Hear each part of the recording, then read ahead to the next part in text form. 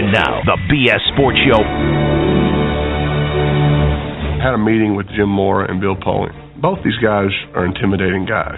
And I am nervous, I mean, don't get me wrong. And I said, look, here's the deal. I'd actually probably like to come here to Indianapolis, but I will say, if you don't take me, I'm going to kick your butt for the next 15 years. With the first pick of the draft, the Indianapolis Colts select Peyton Manning.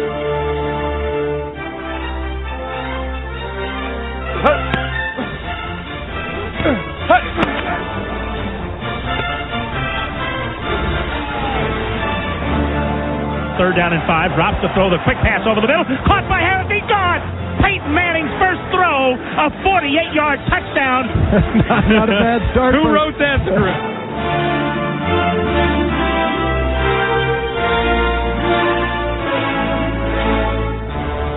Manning. He's going to roll it out himself. He's got it 30, 25, 20, 15, 10, 5, touchdown Peyton Manning. Manning throws to the end zone, intended for small, touchdown. That is the 23rd touchdown pass. Peyton owns all the rookie records now. What? Peyton looks for the quick throw, lobs it in the corner to Marvin. He's got a touchdown! Woo!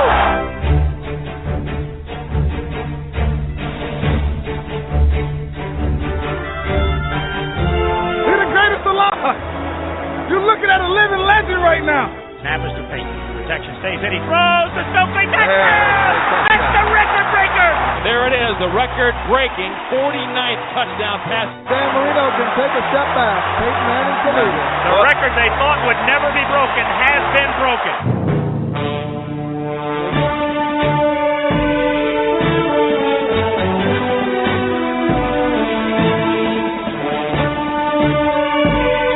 Playing for a lot of people tonight, all right? Our family, my coach, my city, the men that play for each other, stick together, win this championship home tonight. Coach, win on three, 1, 2, 3, win! Steps up in the pocket, rolls away, throws one downfield, Reggie's there, got it to 20, 15, 10, 5, touchdown! Reggie Wayne catches the touchdown pass. The Colts are world champions for the first time since 1971.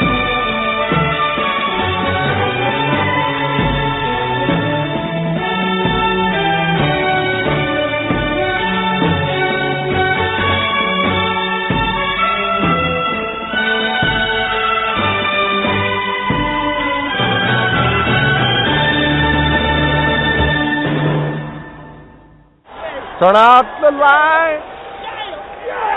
The party's over. It's time for the BS Sports Show. We want to hear from you, so call us on the BS line. Now here's Billy Elvis and the BS Sports Show.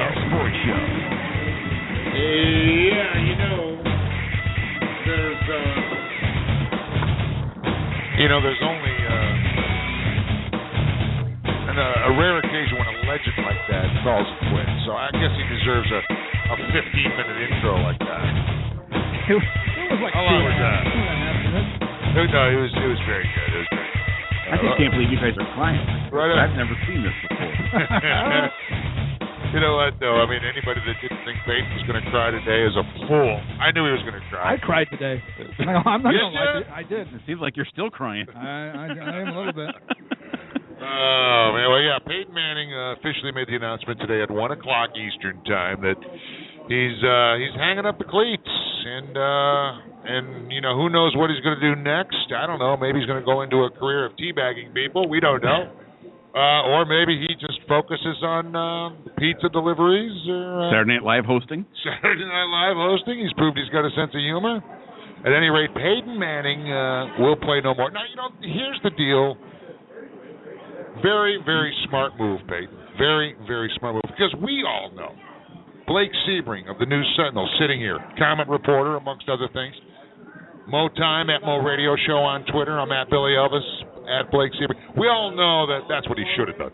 We all know that he got lucky to win a Super Bowl this year. Oh, yeah. With his diminished skills. And thank God for him that John Elway put a defense on the field like not many others in history. And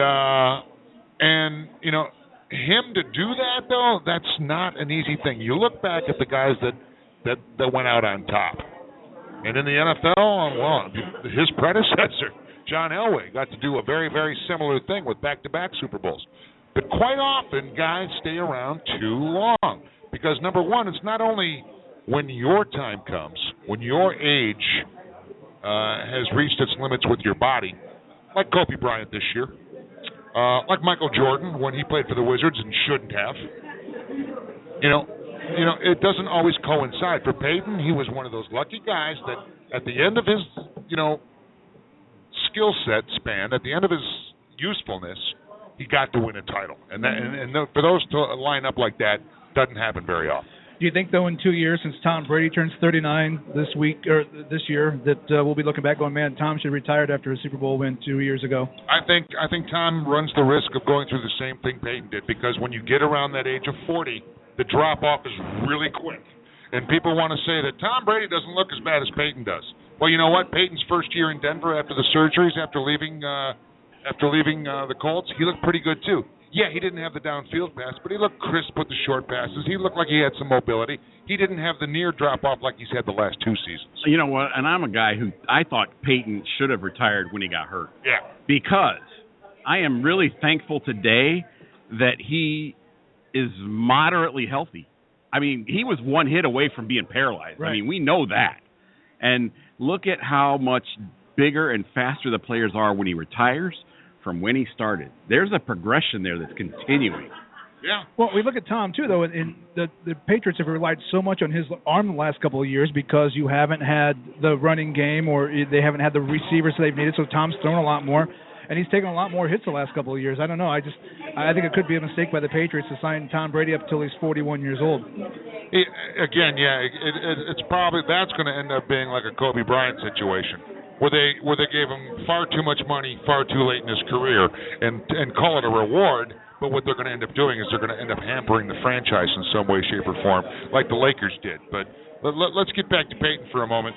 And let's just say, because he did it the way he did it, he kind of gets the last laugh, doesn't he? He goes out a champion. And, as opposed to the guy that just won one Super Bowl and couldn't do it again and played too long, hey, at least he went out with a ring on his finger. So he kind of gets the last laugh now doing it this way. He gets that ring on his finger. People can say, you know what, Peyton, you kind of sucked this year. And, the Broncos won the Super Bowl, but it wasn't because of you. And he can say, yep, so what? I'm wearing a ring. I got my second ring. I got it here in Denver, and I retired after getting this second ring. So he kind of gets the last laugh. Here's one for you, though. Which 2 rings have more value, Eli's or his? Well, then again, with Eli's wins, how much of it was Eli? He had his good plays. It was a lot. He also had some great receptions. Yep. And he also had good defenses that helped shut down better Patriot teams. You think about it, though. Look how a couple of plays totally changed Tom Brady's career, too, by Eli. Talk about how great the Super Bowls were. Yeah. Eli's Super Bowls took... Brady could be 6-0. Could be having 6 Super Bowl wins, and we could be talking about, Brady, no doubt, the greatest quarterback of all time. So Eli's Super Bowl rings do mean a lot in the history of the NFL. But in retrospect, as far as Peyton, all-time passing leader, he's got the touchdown record. And now he has the distinction of being the only starting quarterback to win a Super Bowl with 2 different teams. So therefore, he's kind of cemented his legacy. He was already going to go down as one of the greats to run an offense as far as playing the position of quarterback. And now, he's kind of padded his resume with those statistics by continuing on, by deciding that, I'm not done after my neck surgeries in Indianapolis. I am going to give it a shot with John Elway in Denver and hope that he can put a winning team around me, which occurred.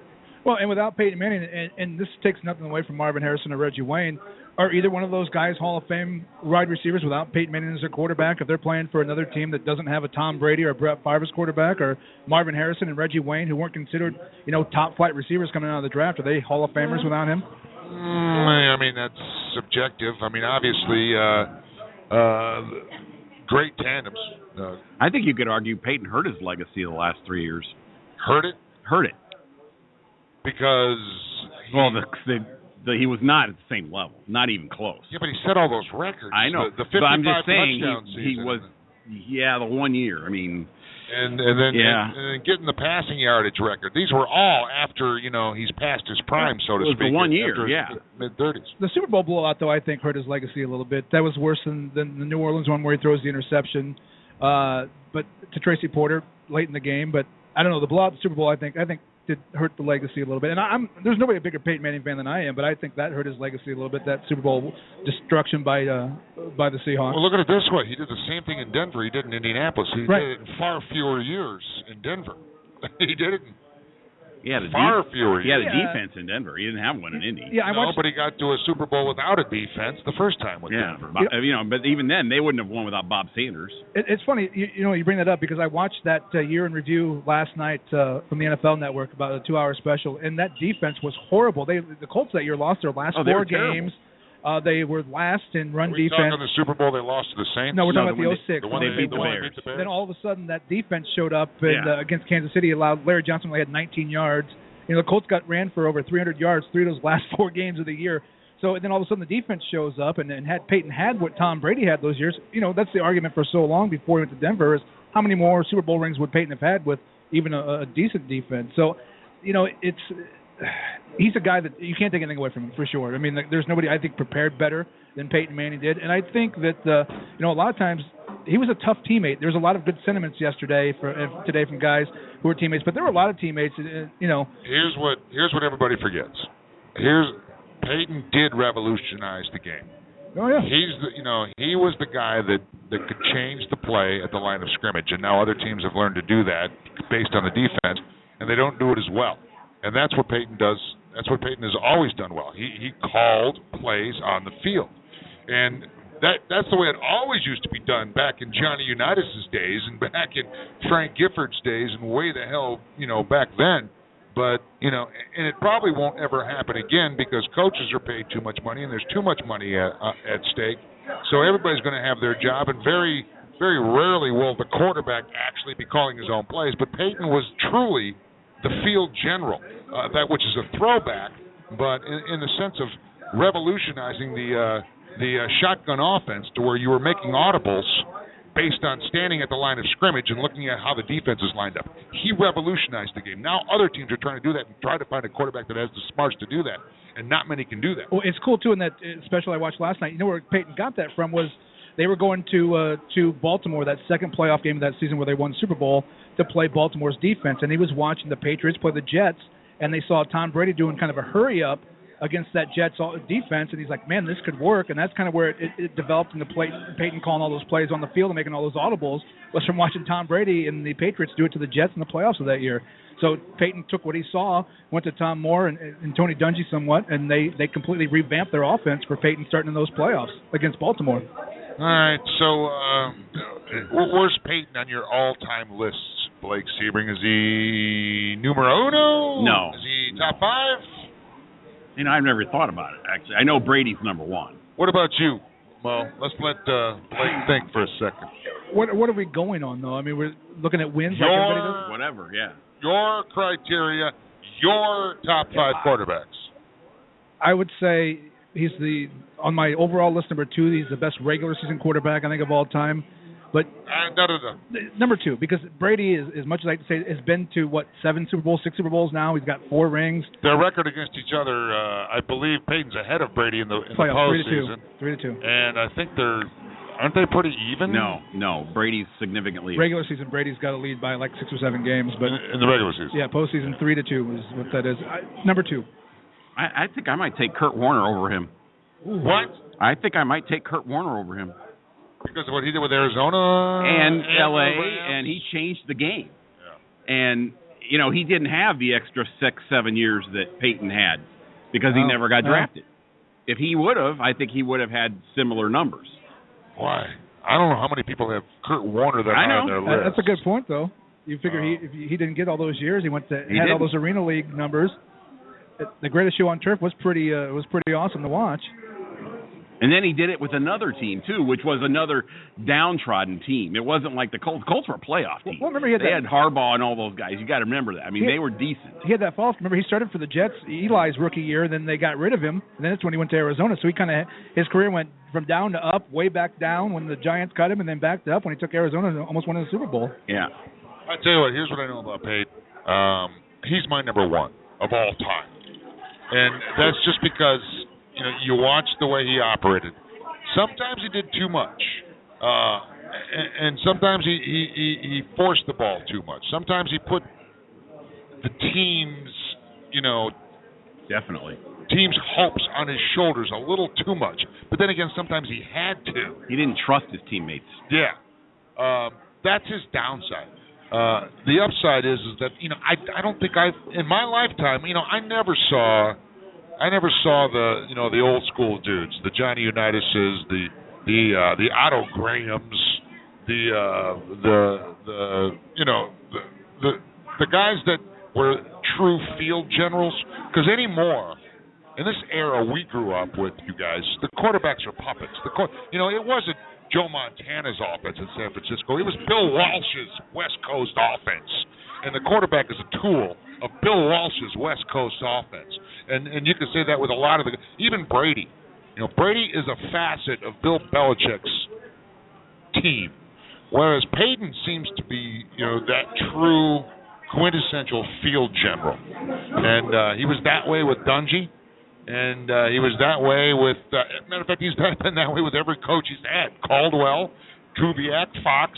He is the field general. You don't think for a second that's not Peyton's team.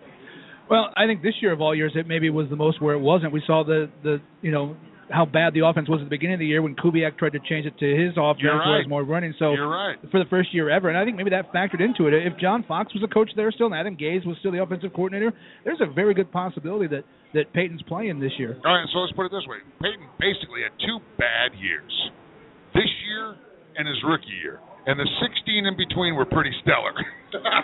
Yeah.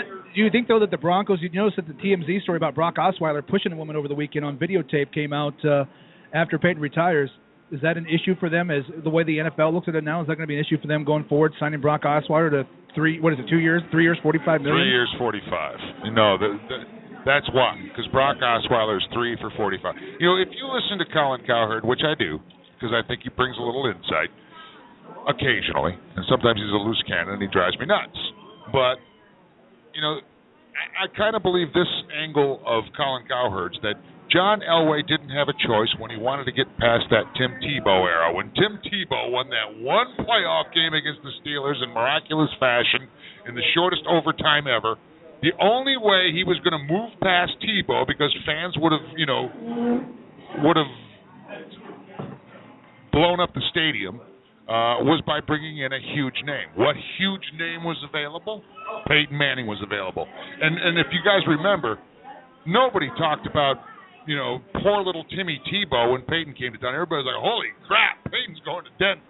And that was one of the few things you could do. And it worked. And now he's got to get out of it. And now his out is okay, Peyton's got that Super Bowl. We're all happy now. And now we're going to go the younger, cheaper route with Brock Osweiler. And Brock Osweiler's not the future of the Broncos. They're okay skating for a couple of years now. He's a great transition quarterback, though. Yeah. Well, I'd rather have Brock Osweiler than any quarterback that's in the draft this year. Yeah, because he's, number one, he's learned from Peyton. Number two, he's got NFL experience. See, and that's the thing, though. I don't know that he learned from Peyton. I mean, reports have been that it was pretty contentious. It was almost Brett Favre, Aaron Rodgers-like between those two. Well, it's always been that way with Peyton. You can still learn from him. It's always been that way. You can still sit back and watch what he does. Yeah, you're right. And oh, hell yeah, you can learn. Matter of fact, you can learn just as much as to actually having the guy's ear. All right, how about this before we switch gears? Because there's so much we want to talk to Blake Sebring about. New Sentinel Komet writer Blake Sebring is here. He did a nice piece about Bob Chase's little visit with NBC. And how awesome is that? And we all know that came from, the guy that is probably the best broadcaster of our lifetime, if not the best broadcaster of our lifetime, one of the best broadcasters of our lifetime. And we're talking about even Mike, in the discussion. Yeah, I know. You know, I mean, Vince Scully. Vince Scully. Yeah, let's not get sidetracked. Okay. Because we all know how good Mike Doc Emmerich is, and he hasn't forgotten where he has come from, and he's always been there, and he's been the champion for Bob Chase and getting the credit where credit's due, and as Blake points out, almost to the point of embarrassment for Bob Chase, to where he's overwhelmed by this a little bit.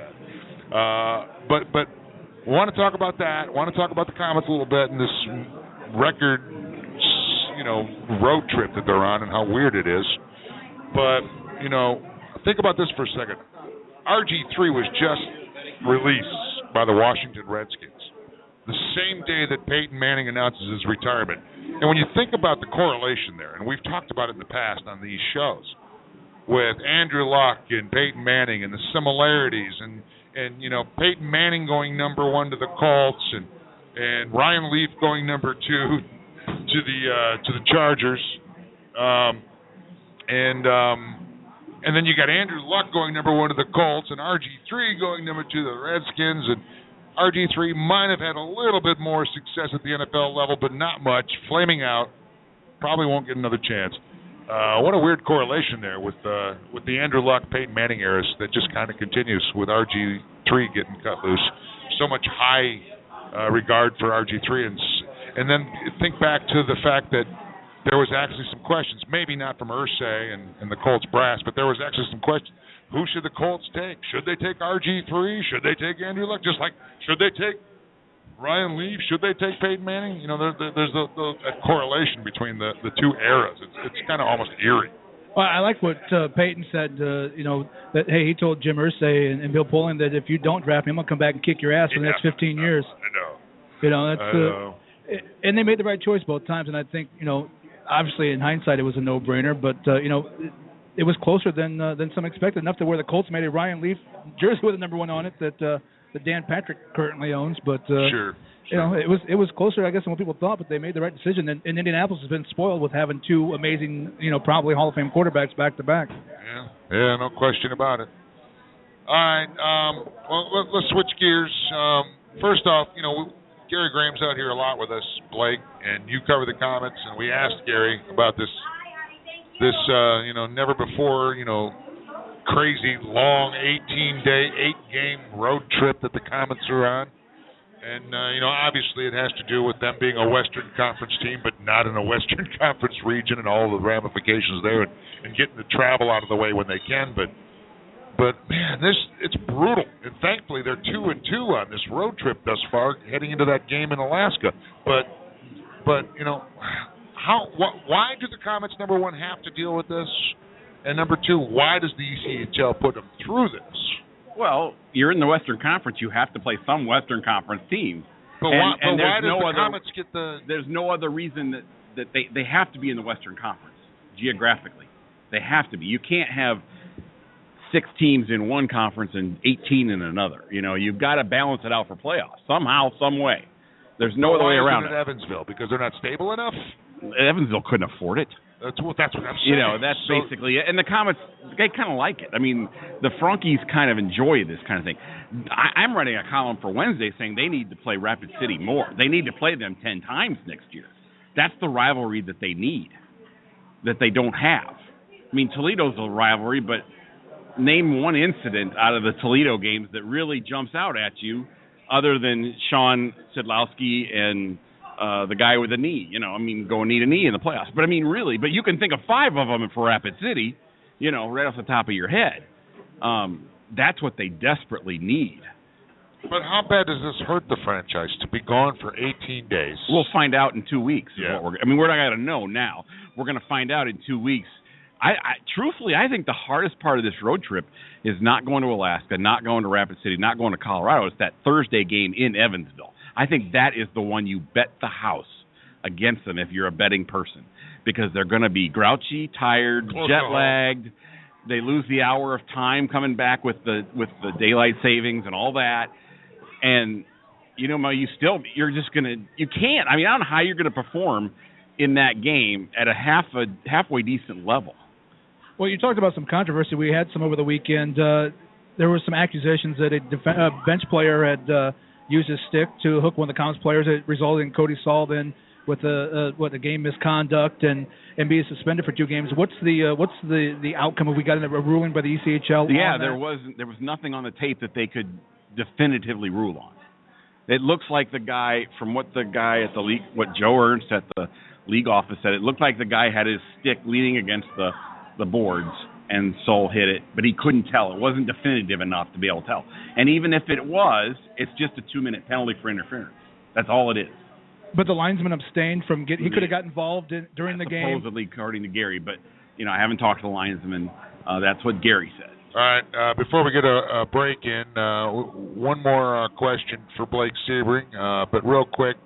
Pacers just went on a 14-0 run on the San Antonio Spurs. Wow. Paul must have 11 of them. And they're up 14-4, but that's the thing. It's early on in that game, and as good as the Golden State Warriors have been, they only have a 2.5-game lead in the Western Conference over the San Antonio Spurs. Papa's just sitting back and saying, "You go ahead and take all that press, Steph Curry, and Klay Thompson, and Steve Kerr. I'll just devise that plan to get you in a 7-game series in the Western Conference Finals." Just thought I'd throw that out there. Also, we're watching the Cavs. They're in action against Memphis at home, riding a 4-game win streak. And who knows what's going on with that team and all the bizarre tweets of LeBron. But it's crazy stuff. Also, halfway through the first half, IPFW's up on North Dakota State 20-8. Nice. 10 minutes ago in the first half. Attaboy, John Kaufman. Flex your muscles out there in Dakota. What a great job John Kaufman's done with the IPFW Mastodon. Maybe this is the year they're in the big dance. They got to win this game and then the Summit League Championship to get there for that automatic bid. So that remains to be seen. We'll keep you posted as we do the show live here at Wrigley Field. Sports Best Damn Sports Bar, Monday nights, 7 to 9 p.m.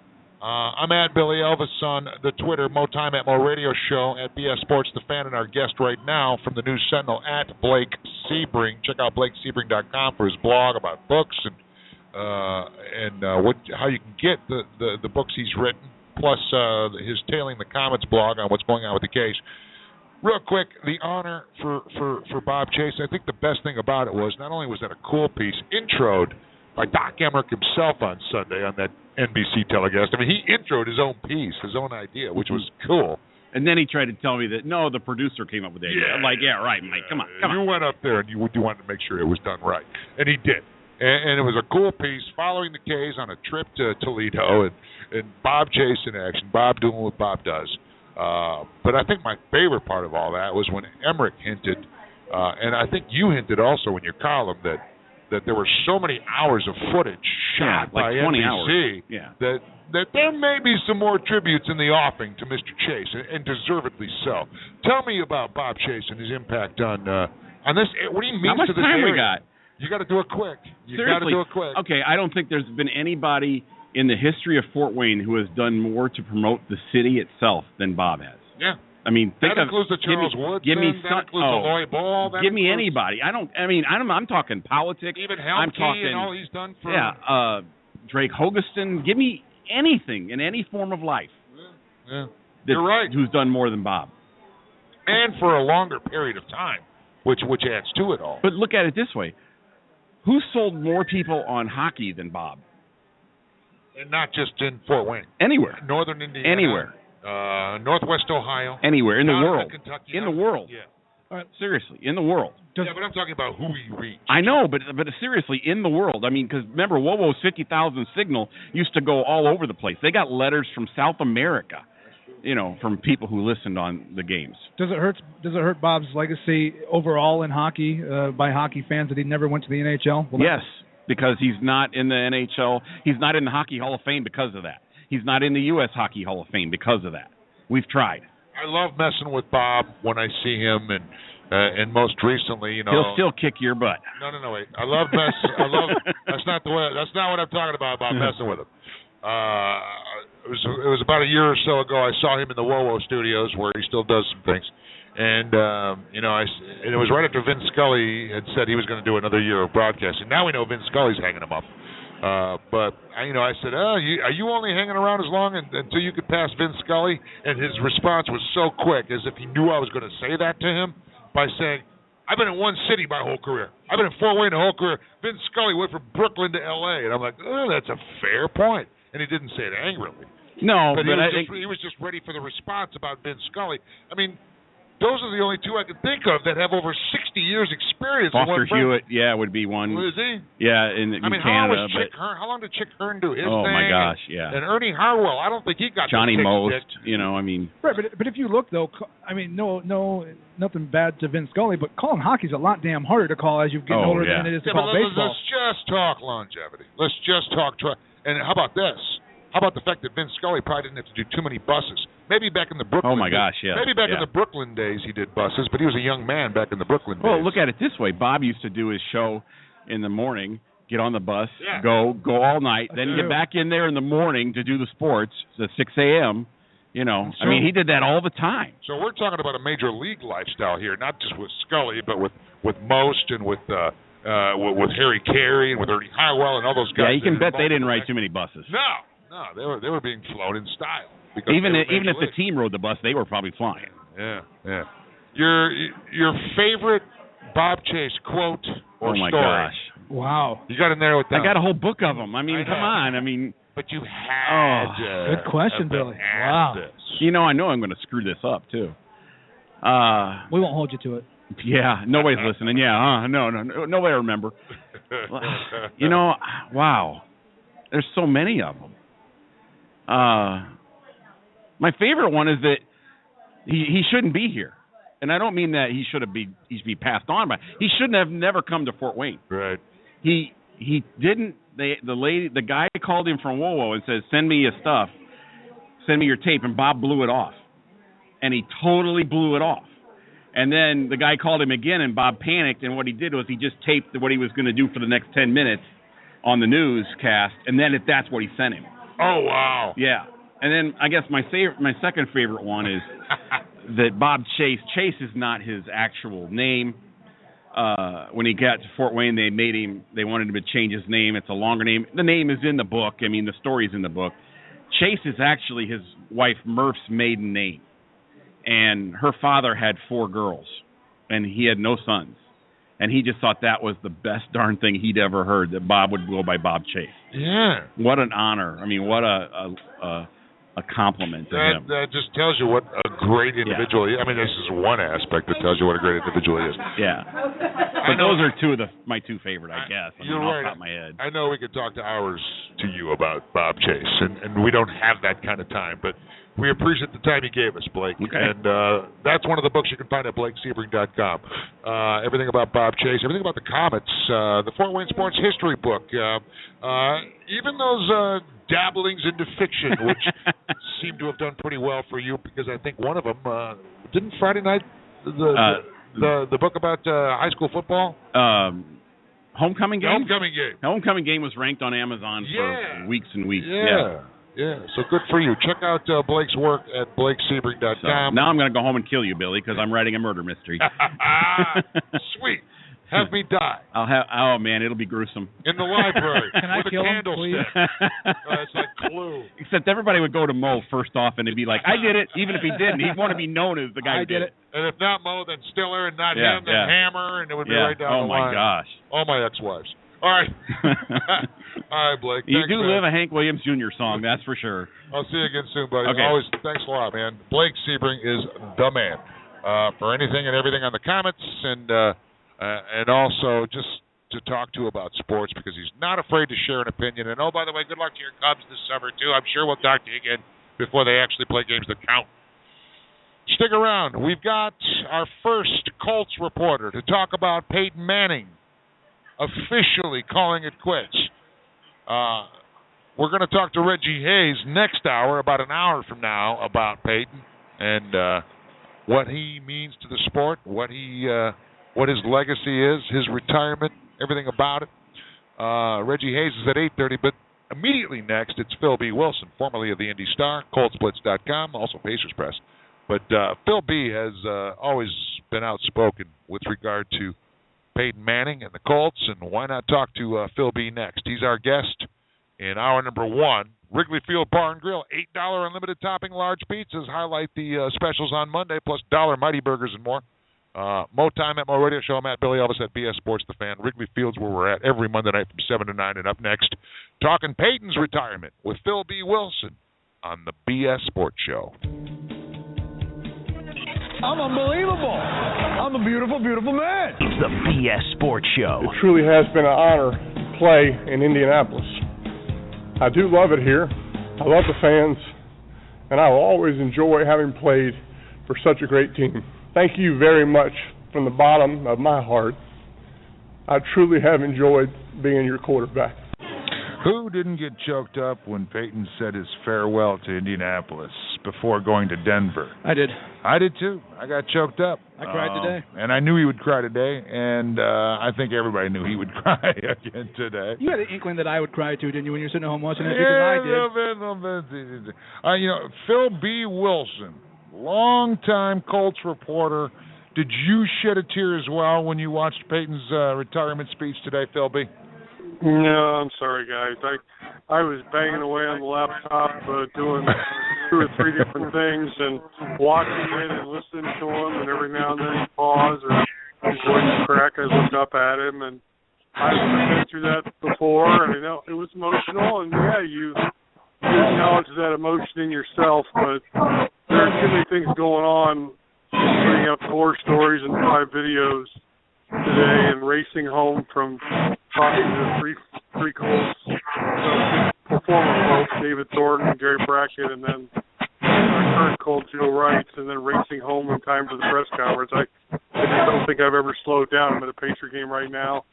Your second radio interview I've done since the game started, and I just haven't had time to cry. Yeah, you know what? And I saw that he even tried to interject some levity early on in his speech, maybe to help him to keep from crying, and good on him for recognizing the situation and what it was going to be like. But then again, a guy with that much emotion, a guy who we saw wear his emotion on his sleeves throughout the course of a game, not a surprise at all. He's going to be emotional when he says goodbye to the game he's loved his whole life. Yeah, you got to remember, we can analyze all the things about Peyton that stand out because there's so many things that have been debated, but one of the things I won't debate with anyone is he's been the best I've ever seen as far as an athlete in how he handled the media. Just so clever and just so smart, and I knew he'd have a scripted speech that would be one for the ages. I knew that he would pound his points and have moments for weakness, and I just knew, for whether people believed it or not, I just knew for a fact it was going to be as real, it would sound as real as anything you could ever, imagine, and he didn't disappoint. It was like, I think he was better than Leonardo DiCaprio at the Oscars, and I really liked what Leo had to say. So that's awesome. Phil, I don't think people who aren't close to the Indianapolis situation don't realize how much of an impact not only did Peyton have on Indianapolis, but on these Colts. They went, from being maybe the 3rd or 4th thing going on in the area to the Colts being number 1. But how close were the Colts to maybe being the Los Angeles Colts without Peyton? I don't think Lucas Oil Stadium gets built, and I honestly don't believe the Colts are still in Indianapolis. How important was Peyton overall to the franchise still being the Indianapolis Colts? Well, that's a good question. We'll probably never know, because Jim Irsay, the owner, will probably never tell us how close he came to moving. Jim has said a few times when he's talked about it, he's made references to how he didn't want to have to live, the way his father lived. He didn't want to have the same legacy. Because Bob Irsay was hated so much for, bringing the Colts to Indianapolis from Baltimore, and Jimmy talked about how he didn't want to have that same legacy, but at the same time, I remember doing a couple interviews with him where he said that the current sponsorship levels were inadequate in Indianapolis, and he couldn't stay in the RCA Dome. They had to have more revenue. They had to generate more revenue stadium-wise, and what it sure sounded like he was saying, if they don't build a stadium here, we're going to have to look at other options. And I remember him saying it very clearly, and then I'd ask him, well, sounds like you're saying that they need to build a stadium. Well, I'm not necessarily saying that, but we got to figure out a way to solve the revenue problem. So there was a time when it was very, very precarious. And Peyton Manning winning maybe helped, him leading the winning, 7 consecutive 12-win seasons. That probably helped the city decide, listen, let's build our stadium, give her, say, a sweetheart deal. It'll be our stadium, though. No rent it, no lease it from us. And we can have a place for the Final Four and all that. And so I think it's kind of cool and apropos that Lucas Oil Stadium, which opened in 2008, is still known to most of us as the quote-unquote the house that Peyton built. Yeah, talking to Phil B. Wilson, long-time Colts reporter, ColtsBlitz.com, at a Pacers game right now because he's also Pacers Press. But in your mind, Phil, maybe you're guessing, maybe you have some inside info, maybe a little of both. But was Peyton's mind made up, long before the season ended? Was it made up when he won the Super Bowl, or has he really been thinking about it these past few weeks since winning the Super Bowl in San Francisco? I think it was in the back of his mind that this might be it, and I think it was always there. The mics caught him embracing Bill Belichick in the AFC title game and saying, this might be my last rodeo. And Belichick said something back to him, and, I'm sure they get together at some point or talk at some other point because there was so much mutual respect between those guys. I think it was always in the back of his mind. I think because Peyton is so smart, he doesn't miss anything. He really doesn't. So, in simple math, with his production or lack thereof, his body breaking, his age, the cap hit being $19 million come, Tuesday, 4 o'clock, I think he knew the smart decision for the Broncos was to release him. And I think he knew that if he was released, the teams that might be available to him to sign with, I just think he said, no, man, the Rams, you mean I'm going to try and make Tavon Austin better? And some of those other guys, I can't. I'll get killed there. Who else do I go to? The Texans.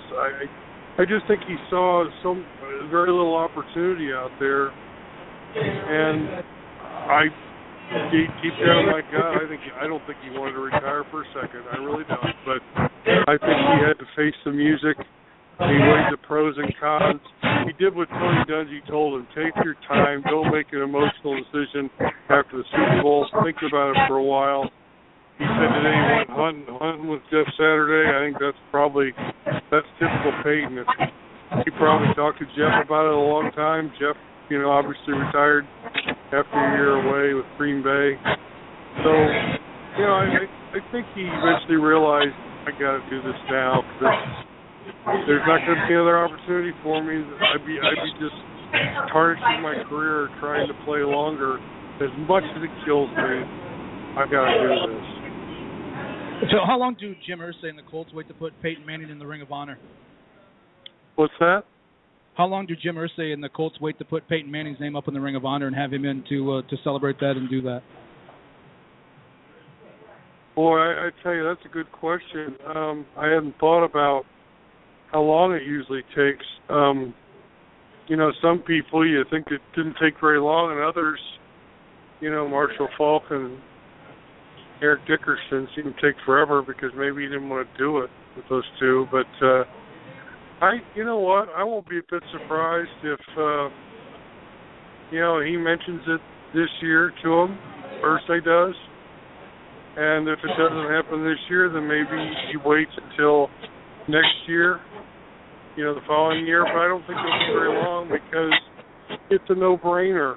It's not anything that, and if they haven't finalized Peyton coming back to Indy, there's a report that it's a done deal for March 18th at the complex at noon, and the Colts wouldn't confirm that for me today. But I know that the Colts are talking to Peyton about waiting to get back here because they want to honor him. But, if they wait a year or so, they build a statue outside of Lucas Oil, and they got a statue out there when they put him in there. I don't know. You know, timing's everything, but I wouldn't think it'd take more than 2 years, to be honest with you. Do you think Peyton disappears from the game of football, or is he the kind of guy that's going to get back into coaching or a front office job a la Elway, or is he going to weigh that decision and maybe get away from the game for a year or two and wait and see what happens? I can't help but think that, you know, he'll go into it thinking I'm going to take a year and just enjoy myself and see how it feels, taking away from the game. But somewhere along the lines, early on in that year, he's going to get the itch. He's going to get that feeling, and he's going to start dealing with that pain of not being associated with it anymore, and he knows that. He knows it. So he might reach out to one of the networks and say, you know what, what kind of deal can you give me? Maybe I come in and talk football, once or twice a week or whatever, and he'd be brilliant at that. He'd be a great analyst. He's funny. He's obviously got the knowledge. I mean, it's a matter of if he wants to fly around New York or studio or wherever teams are playing, whether he want to do that 2 or 3 days a week. He might not. It might take a year to figure out that he wants to do that. But if he wants to do that, I think he's tremendous. If he wants to be a GM and run a team or study into that area, I'd be really surprised if he jumped right into that after retiring as a player. I think he want a little time to relax. His kids are so young, but like I said, you don't know, man. That itch is going to be there, and that pain, and he's going to miss it. It's going to tear at him. It's what he's about. That hunger, that competition, that addiction. It's an addiction, man. That's why great athletes have a hard time retiring. They don't know when to retire because they don't want to. I don't care what they say. They don't want to. They're forced to. After talking about former Colt Peyton Manning so much, that it's just announced that the Colts have re-signed tight end Dwayne Allen to a 4-year, $29.4 million deal. Only caught one TD last year. Does that mean that we're going to see Kobe Fleener leave Indianapolis as they keep Dwayne Allen? That surprises me, but it's great news. Obviously, I can't see any emails because I'm on the phone with you guys, so that just means I have a little more work to do today while I'm at the Pacers game. Maybe I'll spend the second half of the Pacers game writing up a Dwayne Allen story. I'm surprised by that. I didn't think they were going to keep Dwayne Allen. Shocks me, to be honest, and I like Dwayne Allen. I think he's one of our favorites to deal with the locker room. They de-emphasized him last year, and he was used so much more as a blocker, and he and Kobe Fleener both were not what they could be in this offense. The thing is, Kobe Fleener had outproduced Dwayne, for 4 years.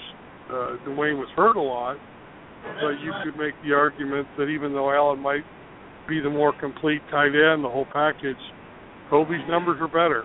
So I'm a little surprised that they re-signed him. I don't have a problem with it because I think he's a great talent. I'm just questioning now whether this answers the question of, Kobe or Dwayne, because we kind of thought that's what it'd come down to. And, of course, they've already sent a 1-year tender to restricted free agent Jack Doyle, which basically means we get to pay you nothing for 1 more year and you accept it. There's no other choice. And Jack Doyle, we love Jack Doyle. Unselfish, cheap, does anything you ask him. Well, that gives you Jack Doyle, and now you got Dwayne Allen. So I never envisioned them keeping all three. So it could mean Kobe Fleener's out. Plenty of time to talk about the Colts and how they're going to redevelop for the upcoming season. There's only 1 day of Peyton Manning's retirement, so let's focus on that a little bit more, Phil B. And we appreciate your time, brother. We know you're trying to watch the Pacers game, and we'll let you get back to it. But what's going to stand out 20 years from now? How everything gets more charming 20 years from now as we look back at guys like Montana and Marino and all that. 20 years from now, what's going to stand out about Peyton? That he was the first starting QB to win Super Bowls with different teams, that he went to 4 different Super Bowls with 4 different coaches, or that even though he's one of the greatest of all time, he was arguably not even as good as Is Tom Brady in the same era? I mean, what are we going to remember about Peyton 20 years from now in your mind? Yeah, that's the $1 million question. What was it, $64 million pyramid or whatever that Dick Clark show was way back in the day? Where I'm dating ourselves. We're talking about a show that was on before Mo was born. Before Archie Griffin won Heisman trophies. That's exactly right. Archie who? The legacy question's been asked and debated an awful lot. I'll give you my answer because it frustrates me to no end what I consider unnecessary extra noise or too many audibles about Peyton Manning's career. First of all, fans need to stop debating whether he'll retire a Colt or a Bronco. Players don't technically retire with one team, okay? They really don't. There's one-day ceremonies and one-day contracts and all that crap. That's for fluff. That's for sensation. That's to make fans feel good. But technically speaking, 5 years from now, Peyton Manning will go in the Pro Football Hall of Fame, and it will list you with the Colts and it will list you with the Broncos. You don't retire with one team. You don't go into the Hall of Fame with one team. So let's get that out of the way. The second thing people debated is whether he's a GOAT, literally or figuratively. Literally either the greatest of all time or the GOAT because he lost so many playoff games. People that waste all their time comparing him to Tom Brady and all the great games, they miss what was unique about him. So if you ask me 20 years from now if I'm still alive, well, what will I say about Peyton Manning? What's the first thing that come out of my mind or my mouth? Nobody in my era, in my time, from childhood on, I've never seen anybody run an offense like him. I never saw someone command the huddle and have this encyclopedia-like vocabulary with all the terms and all the defenses and how he ran it. Other quarterbacks had 1, 2, maybe 3 audibles. Peyton had 3 sets of series of plays that he would resource at a moment's notice while he was on the field. Nobody else, including Tom Brady, operated like that. Nobody would even, they wouldn't even want to. Andrew Luck, even now, just give me the play I want to call it, and he'll check to something else if it's obvious they're going to get killed, but they keep it simple. And that's not knocking Andrew because he's a Stanford guy and he's smart too. Peyton was wired that way. So if people want to talk about what made him unique, what made him stand out, think about it. Omaha, Apple, Toledo.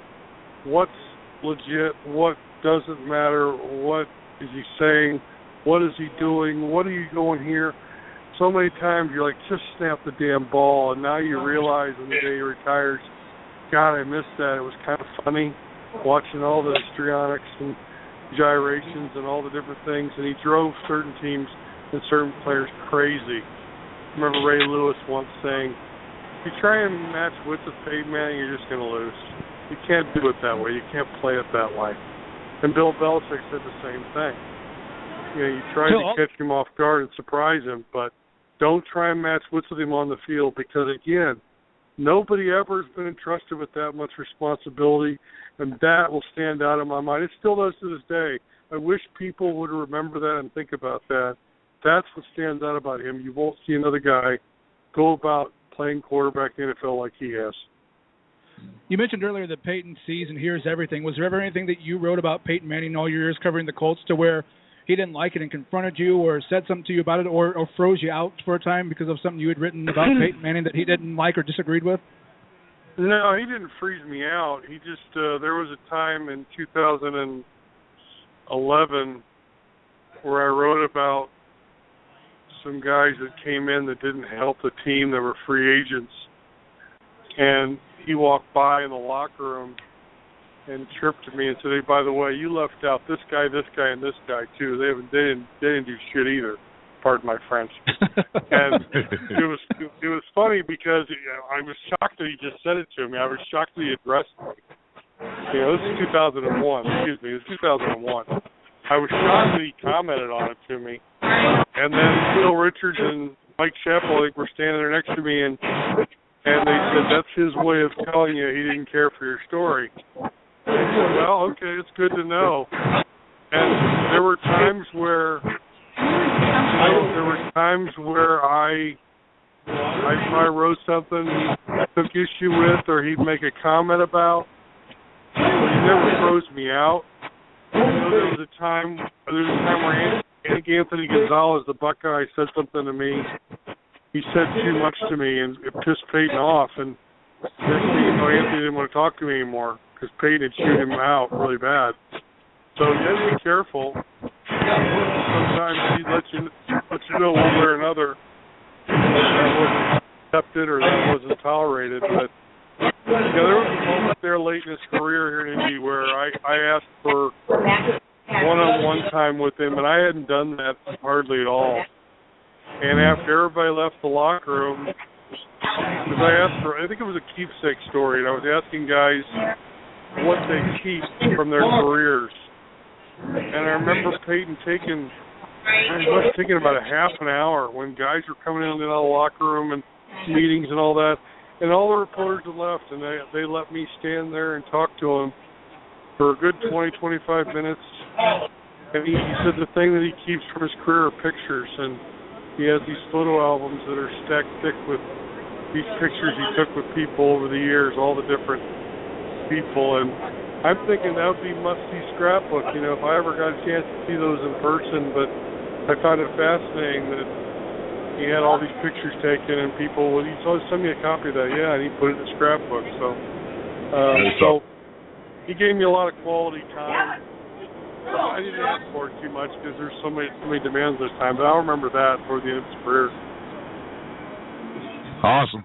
Hey, Phil B., well, let's slide, man. We appreciate your time and your thoughts on Peyton Manning on the day he makes it official. He calls it quits just weeks before his 40th birthday, and going out on top, as we all hope to do someday, and very few get to do so. So good on him for that.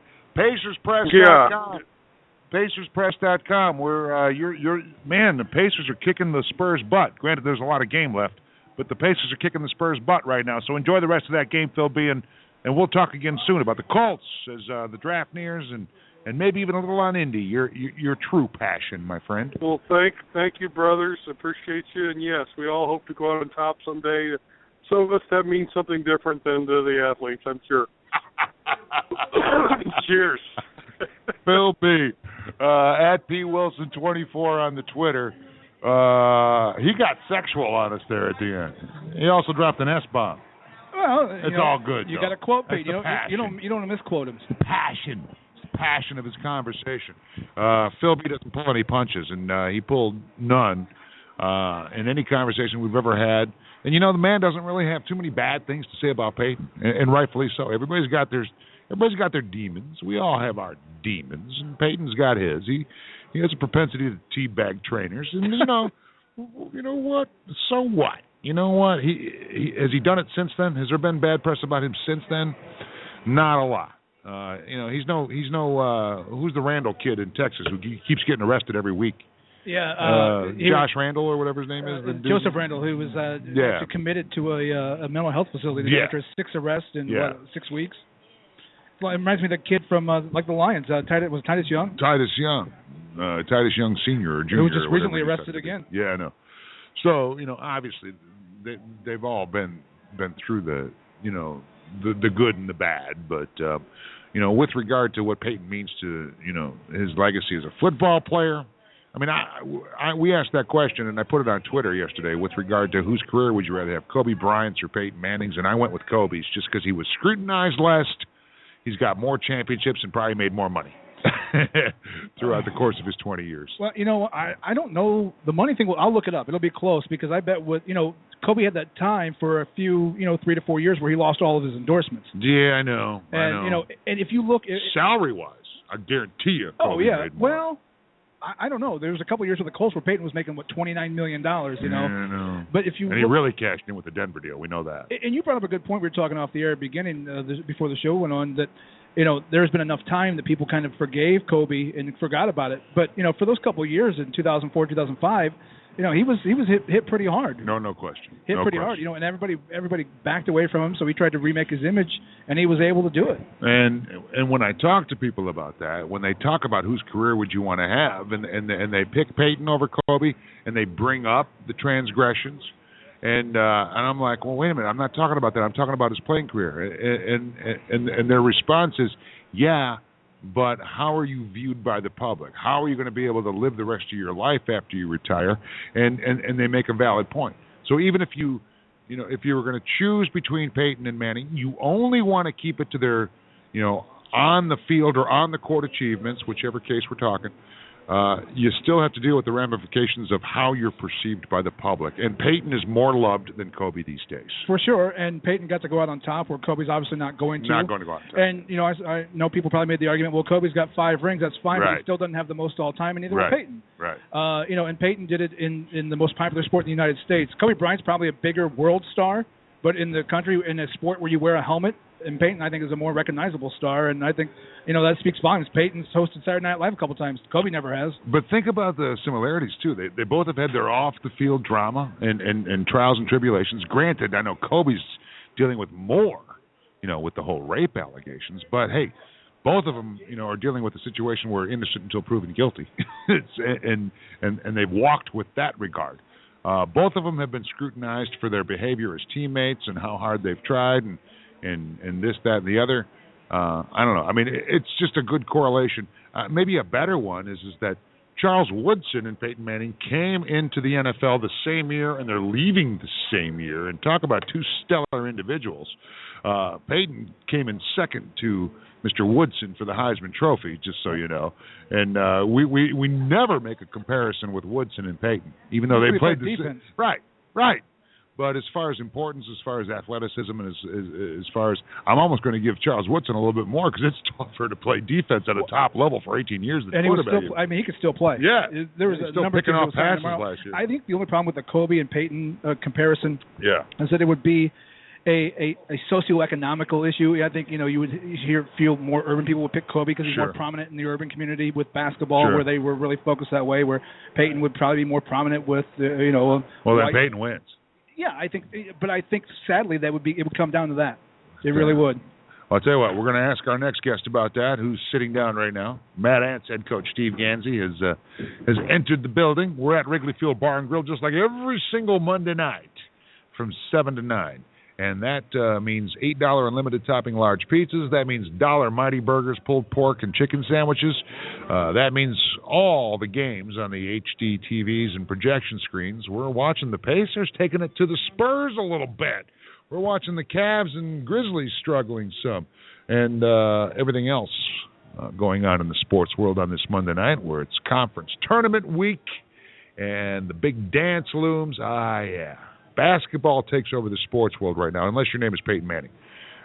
So we will talk next. Oh, and how is our friend John Kaufman in the IPFW Mastodon 2 minutes into the second half, Fort Wayne leads North Dakota State 38-23. 38-23. The Dons up in the quarterfinals. Or is this this is semifinals. Right, yeah, and Fort Wayne had a cold streak going into the half. It let North Dakota State, go on a little run and get the score closer. But IPFW's been hitting the three-point shot. Hopefully they can keep that up. And we'll keep you posted on the Dons. If they win tonight, they're in the championship game of the Summit League. They win that game, they're in the big dance for the first time ever in IPFW history. So lots to get to in this final hour that looms. But most importantly, we're going to chat with Steve Gansey about the Mad Ants, about the NBA, about Steph and the Spurs, and about Peyton Manning and anything else we can think of. With our buddy from the Mad Ants. So thank you very much for tuning in. Mo Time at Mo Radio Show. I'm at Billy Elvis.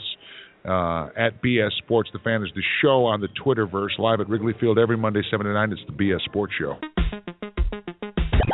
So much more than just a show. It's life itself. It is everything. It's the BS Sports Show. And we're back. It's hour number 2. Thank you very much for the time you spend with us. We appreciate it. We'd like it even more. Not that beggars can't be choosers, and we're glad you're listening, but we'd like it even more if you stopped out and said hi while we're out here at Wrigley Field every Monday night from 7 to 9 doing the BS Sports Show live. Because, you know what, a lot of reasons. The $8 unlimited topping large pizzas alone is a great deal. I mean, it's great pizza. Large. unlimited toppings. $8, you ain't getting that from Little Caesar or Domino or Pizza Hut or nowhere. You're getting it at Wrigley Field. And then you can also take in all the games going on the 50 HD and projection screen TVs. We're watching LeBron crying a little bit down by down by 9 to the Memphis Grizzlies at the Q. Man, that team, it's just a weird situation. We'll talk to Coach Steve Gansey about that from the Mad Ants, who's with us right now. We're also watching the Pacers kind of manhandling the Spurs a little bit, but then again, it's away from home. If the Spurs are susceptible, they've been susceptible this year away from San Antonio, and there's still a lot of game left. But we'll talk about it here momentarily. Pacers fighting for that playoff spot, and lots to get to with regard to the NBA. We'll even get Gansey's thoughts on Peyton Manning calling it quits because, it doesn't matter that he's a basketball guy. People know who Peyton Manning is, and people have a take on greatness and when greatness calls it quits. Well, and I feel bad for Coach, too, because I don't ever remember a big retirement ceremony for a quarterback in Cleveland. They just kind of let him go. Kozar. Are you chirping on his Cleveland teams already? No, I feel bad for him. I mean, like I said, we throw parties for quarterbacks when they leave. Yeah, well, you should. I admit we've been spoiled in Indianapolis, and sooner or later we're going to hit the skids too. We're not going to get another great quarterback. So, dude, I mean, think about that. Think about the lottery wheel that Indianapolis has won. Going from Peyton Manning to Andrew Luck. And I'm a Detroit fan, so I can sympathize with Coach Gansey here on the Cleveland quarterback situation because Detroit is not only where great quarterbacks' careers go to die, but also where coaches' careers go to die, too. So you can be as optimistic as you want about a Hugh Jackson coming in and what a genius he is with quarterbacks, and maybe that's going to be the end of the problem, but then again, there's history. And maybe Hugh Jackson's career dies as well, and I know that's in the back of Gansey's mind, so we'll get to that maybe a little bit, too, in this conversation. But let's start out with things and how they're going with the Mad Ants right now, And Coach, I'm looking out there at Jim Shovlin sitting out there in his Detroit Red Wings T-shirt, and he's glomming on the great food here at Wrigley. And I heard his voice on ESPN Radio tell me today that John Lucas III was cut loose today by the Mad Ants. So in other words, the team doing a little bit of evolution right now. Yeah, John wants to go and experience some other opportunities, and we released him so he can do that. And, we really appreciate, John's effort, the 18 games that we had him. And, personally, I don't think we didn't think he was going to last that long. So, he was a great leader for us, obviously, helped us win some games. And, just want to say thanks to John and, his effort and energy out there on the court. But, it's part of the business, part of the league, and, guys want to, have different opportunities, maybe for more money and all that. You got to respect that, and you got to let them do what they want to do. So my job is to get these guys ready, 2 days. We had practice today, tomorrow, and then get ready for Wednesday. The guys look at it now. There's an opportunity when you got a guy who's scoring almost 19 points a game, just leaves the team. There's guys who've got to step up. How do you replace 19 points a game?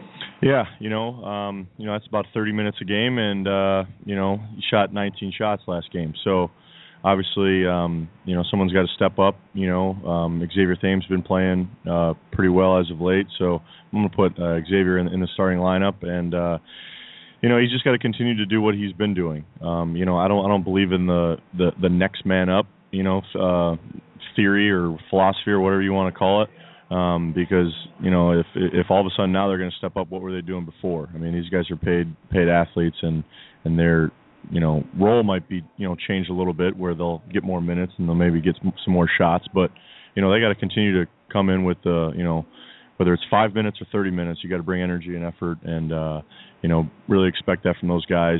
Walt Lemon will be back. He had the flu this past week. He had a first practice. He lost some pounds, but he's got some fresh legs. So, see the same different, same team, but maybe obviously some different rotations. What is the trickle down from the Ty Lawson edition down there in Indianapolis to you at this point, or do you even know yet? No, I mean, I as of right now, we're not getting any, other assignments. We weren't told that, if they bring in Ty, like Joe Young's going to come down or anything like that. So I just take it day by day. My our GM, Brian, he's on top of that. He talks to the Pacers every day, a couple times a day. So he'll let me know right away if something changes. But as of right now, this is the rest of this is the team that we're going to have for the rest of the year. Yeah, the Pacers bought out Chase Buddinger's contract, so that made the roster spot for Ty Lawson. But at this point, would it be nice to get a guy to come down like Joe Young when you lose a guy like like John Lucas III? Is it nice to have a guy who's been up there practicing with the big squad to come down and help out? Yeah, I mean, either way is good for us. If Joe's not going to play, then we'd love to have Joe. So he can get some more game reps. And I know he's been working on a lot of different things with Coach McMillan and the rest of the coaches up there in the Pacers. So to do those things and the things that you've been working on and put them to a game situation, I think that would benefit. But I'm not there every day. I don't know what's going on, and in terms of practices, needing bodies. But I'm just going to stick to what we have and go from there. Talking to Mad Ants head coach Steve Gansey. Busy week this week for you guys. I mean, not the busiest of weeks, but almost maybe one of the busier weeks you've had in a while. And starting with the game Wednesday, would you rather be busier? Do you like those 1 or 2 game weeks? What do you prefer? I like to play. I love playing at home because we have a better record at home. But I like 2-3 games a week. Obviously I don't like the back-to-back when we travel and stuff like that. It takes a toll on the guys.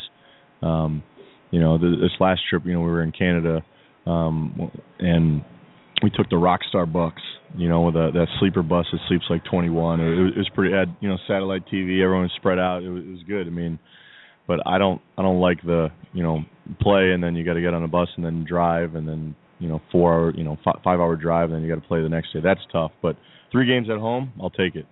I'll take it, and have to take care of home court advantage. So we'll see what we got. We got tough teams coming in here: Westchester, Sioux Falls, and then Grand Rapids on Wednesday. And you've got to have what I assume is 2 of the most popular nights of the year coming up. You've got Pro Wrestling Night where Matt Hardy will be there on Friday night, and you've got the superhero jerseys on Saturday. Have you got the sneak peek of the jerseys? How cool are they? No, I haven't. I saw something on social media about it, and it looks like a little Superman-esque, which is pretty cool. One of my friends from Cleveland told me I should wear like fake glasses and look like Clark Kent or something, and wear you should do that. And wear suit and then pull it off and have the jersey underneath it. Yeah, I don't know. That'd be cool. Or just wear a cape. Yeah. I don't know. Maybe I'll wear some fake glasses and then red and white or red and blue get up or something like that. That's probably as close as I can go. I think they make adult Superman underoos. That'd be kind of cool. Yeah, you're probably wearing some right now, knowing you, Mom. I'm looking forward to wrestling night. I mean, that should, Matt Hardy come in. It should be pretty cool. You a WWE guy? You know what? I used to be a huge fan of WWF. Back in the day. Yeah. I love Cena. I like Cena. I watch Raw, every once in a while now, and I'm just like, what's going on? It's just, I know it's staged and all that. It's entertainment, but I don't know. Some of the guys I don't even know. It's trying to be too over the top, I think, at this point. You talk about stage, though, but, Brock Lesnar was training in Louisville, Kentucky when I wasn't. I have true missing teeth right here from Brock Lesnar. It didn't feel so not real that day when he punched me right in the face. I mean, those chest slaps are real. Oh, I know that. Hurt. Trust me.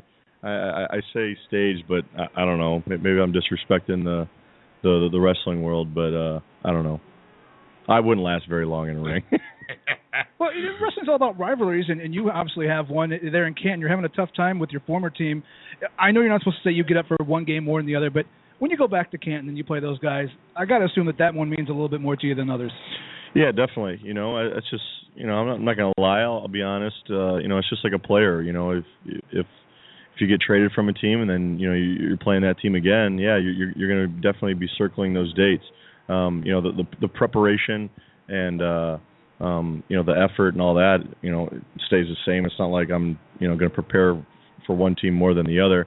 But anytime that you get to go against your old team, go against your bigger brother, and then where I have all my family and friends in the stands, obviously I'm going to look forward to that game.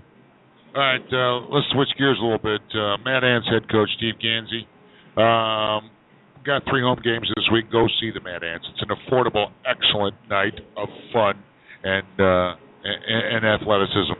And, we say this all the time. We'll tell you again, we're not trying to disparage what the Tin Caps bring to Fort Wayne or what the Komets bring to Fort Wayne. But those leagues aren't the next league to the top league. And the D-League is the next level to the NBA. You got it right here in Fort Wayne. So go see it. It's affordable. It's cheaper than the major leagues. You'll have a great time. You'll see athletes on display night in and night out whenever you see the Mad Ants play, so go see them.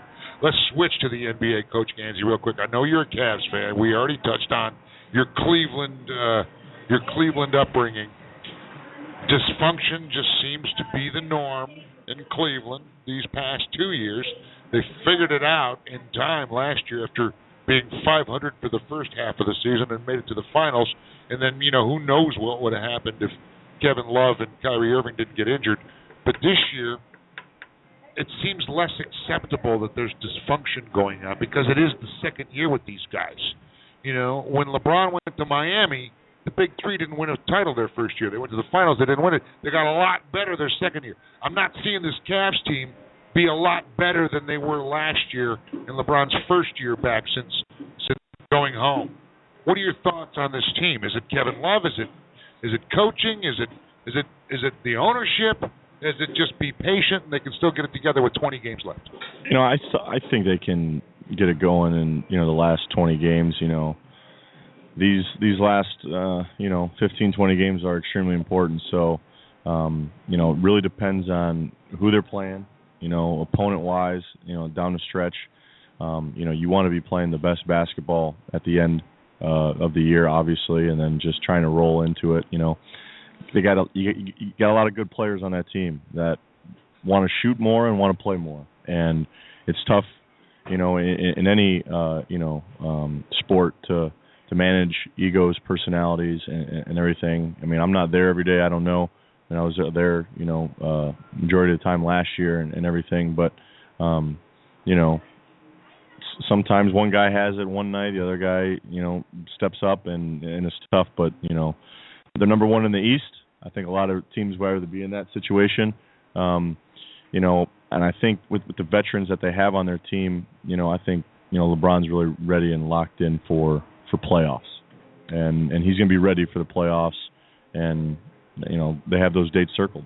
Is it a sign of dysfunction in the basketball team? There was a headline at the end of last week that a lot of the Cavs players were upset that the general manager didn't re-sign Kendrick Perkins to another 10-day contract. When players are speaking out like that, is that the number one sign you look for in the team is dysfunctional when players speak out against their team to the media?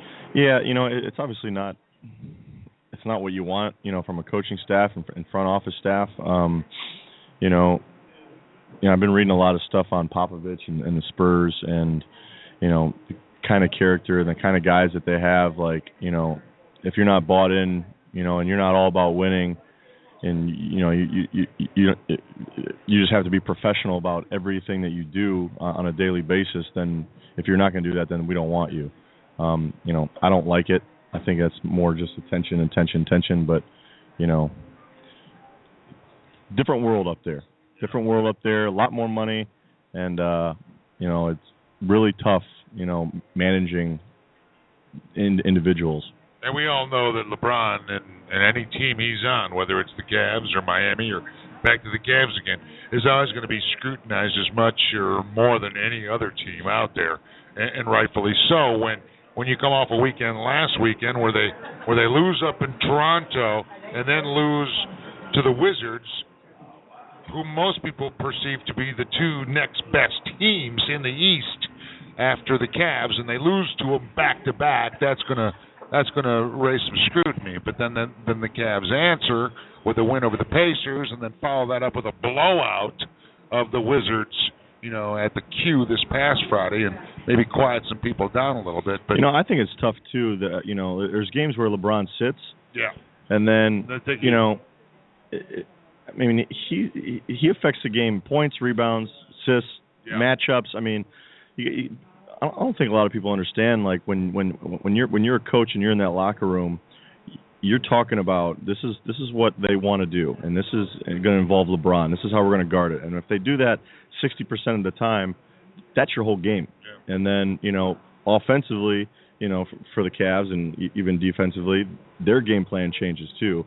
And then when LeBron comes back, now it's we're going to involve LeBron. He's got fresh legs. It's tough, as players and as coaches to, you can't really go back and forth like that a lot because then the chemistry and now, LeBron's in and we got to get him these shots where the game before we weren't, J.R. Smith wasn't getting these many shots and stuff. So it's tough. I mean, the game plan with a guy like that, I mean, look, if Steph Curry comes out, the Wizards won the other game, but the other night, but it was a close game. Yeah. It was a close game.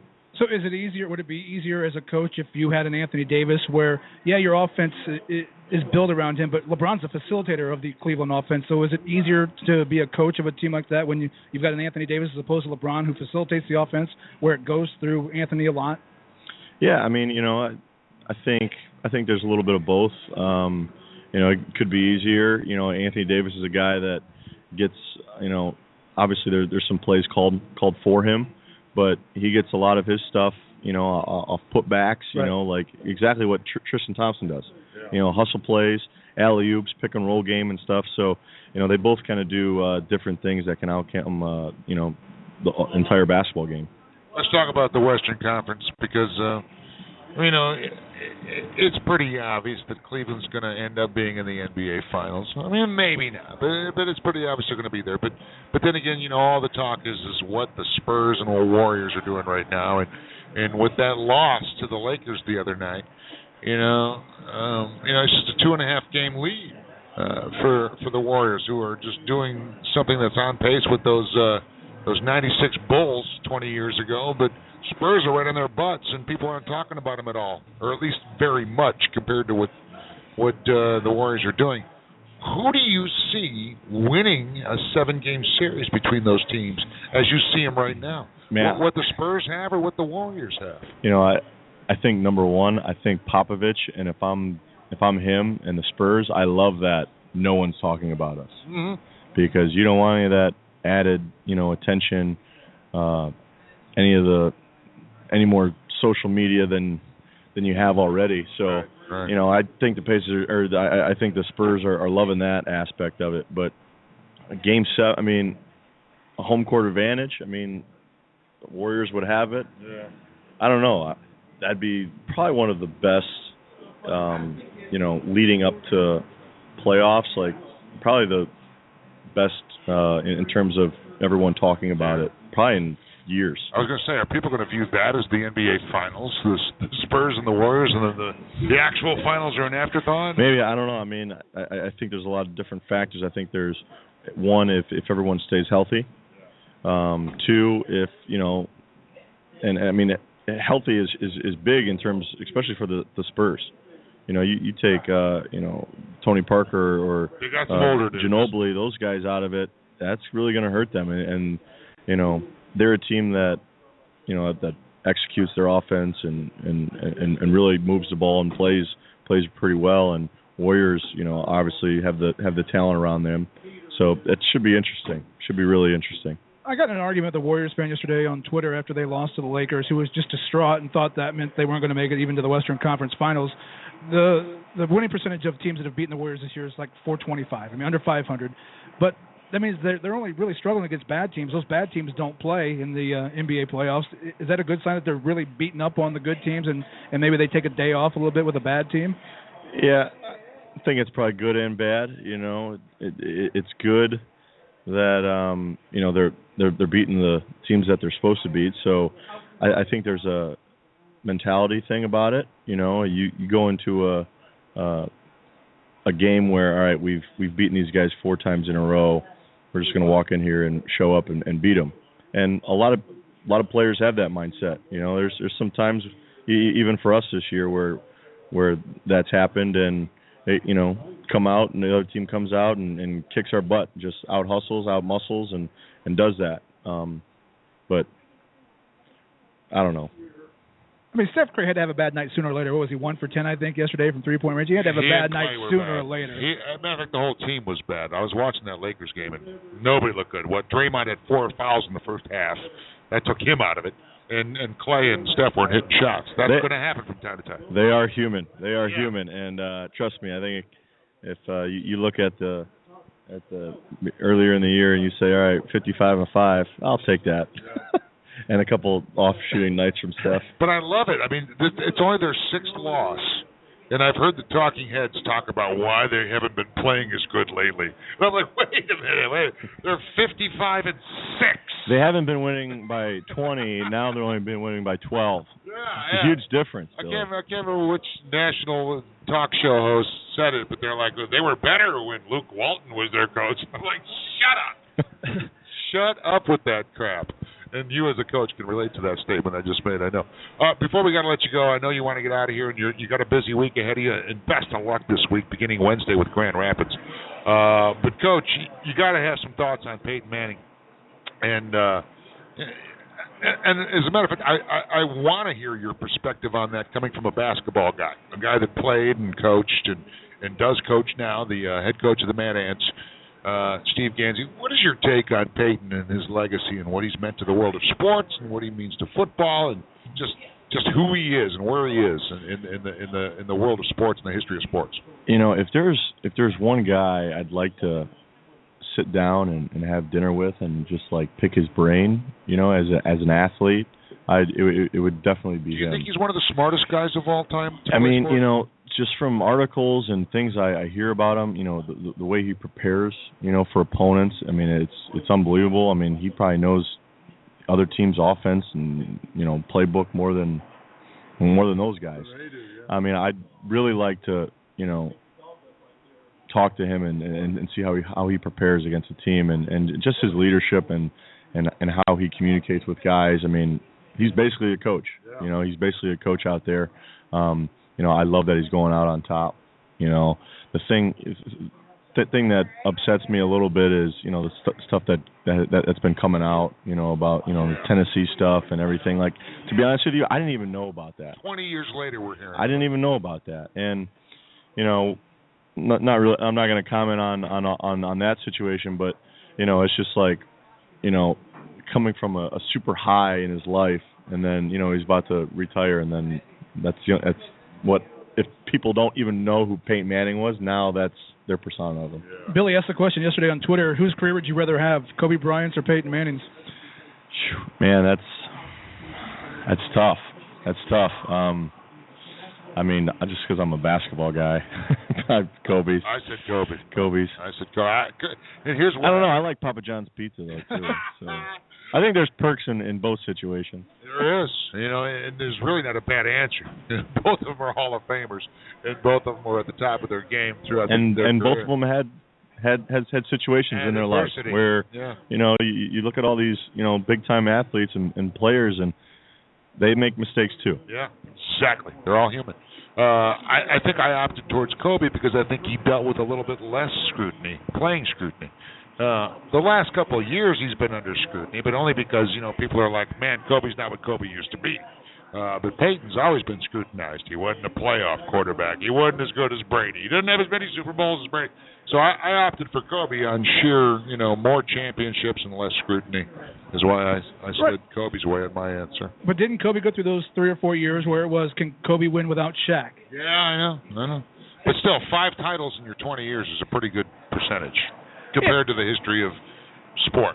Right, and I think if Kobe had gotten the 6th one and tied Michael, then maybe, for me, Kobe would have been above it. But the fact that you're still one behind the guy who's got the most, you know, Peyton's a couple behind the guy who got the most, I think I'd still take Peyton Manning. He's the most popular sport in the United States. You wear a helmet and you're still that popular? Again, there's no, to me, there's no wrong answer. It's just what your answer is. Peyton walked away from what, 15 million? Yeah. 19 million. 19? Yeah, that's tough to swallow also. But, hey, that's why you got Papa John's and Budweiser and all those others. Less opportunities to get hurt running pizzerias. Right. Yeah. All right. And he can smoke all the weed he wants in Colorado now. I mean, he's not under the NBA rules anymore. He can smoke the weed and eat the pizza if he chooses. Hey, Gans, thank you very much, man. Best of luck. Thanks for bringing us more swag. Gosh, yeah, you can come back next week. Now we feel like we go to jail. Every time he comes out, last week he brought us hats, and you're wearing yours, Mo. Yeah. I'm wearing every day this week. Brings us We gear. only have, I think, 7 more home games. So, Getting rid of the swag, are you? Well, no. I mean, I'm just trying to get some people to come out and There you go. and come to basketball. I mean, if you're a basketball fan, you remember, Jimmer Fredette. We play him on Wednesday. That's right. He's coming. I know. Baron Davis is in the D League again now. Yeah. So, if you're a basketball fan, come out. Definitely come out. There's not a lot of home games left, and 7 games total, 3 this week. I think so. I mean, I know there's 3 this week. I don't know about home. I kind of take week by week, but get out and. Absolutely. We already mentioned it's a very economical endeavor to go catch the Mad Ants in action. It's a blast. And they even have those $2 beer and soda nights occasionally. The last time I was there, it was $2 beer and soda nights. Catch the Mad Ants. The Komets are out of town for the rest of the month pretty much. They're on some 18-game road. They're in Alaska today. Yeah, they're 2-2 right now. 2-2 on the road. They're going to Alaska. Yeah. Good call. Keeping up on the Komets a little bit. I like Coach Graham, man. He's a good dude. He's another guy I want to sit down with and have a beer with and talk leadership philosophies. Yeah, we'll get you guys back out here and we'll do that. I've been here for 6 out of my last 7 years and never met. I know. A Comet player or head coach. So I know, and you guys are both the same in the sense of you guys can learn from each other's sports. I know Gary learns from all sports, and I know you're the same way. You're not adverse to learning from something that Peyton Manning can teach you, or something that somebody in the world of hockey can teach you with regard to winning and competitiveness. Absolutely. So yeah, that's cool. We'll definitely get that hookup going. But thanks for coming out, Coach, and we'll see you again very soon. Thanks, man. Thanks for having me this week. Coach Steve Gansey at SGAN30 on Twitter. Go see him in action. Wednesday is the first of 3 straight home games, and as Coach reminds you, the season winding down. There's like 5 games in March total, 1 in April, and then that's it till the playoffs. Right. And even the playoffs are fleeting, where you only get 1 or 2 home games around. Well, plus Friday night pro wrestling night, Matt Hardy will be there, and then Saturday night they've got the superhero jerseys. And those during the week games, man, those are actually, to me, even at times more fun because it's really intimate and you can have a great time. Last time we were there on a Tuesday, and I had a blast. Wednesday, Friday, Saturday this week. Go see the Mad Ants in action. Dress up for pro wrestling night too. Yeah. You want to get my tights out and bring my last year Hogan, Ultimate Warrior, and if I'm going as Thunder Lips. Who are you going as? I'm going as myself. Hey, if I bring you my old, I might wear my Cena shirt too. If I bring you my sequin robe, would you wear it, Coach? It's Friday night. Yeah, I think there's a dress code violation if I you can wear it with a tie. If I wear that.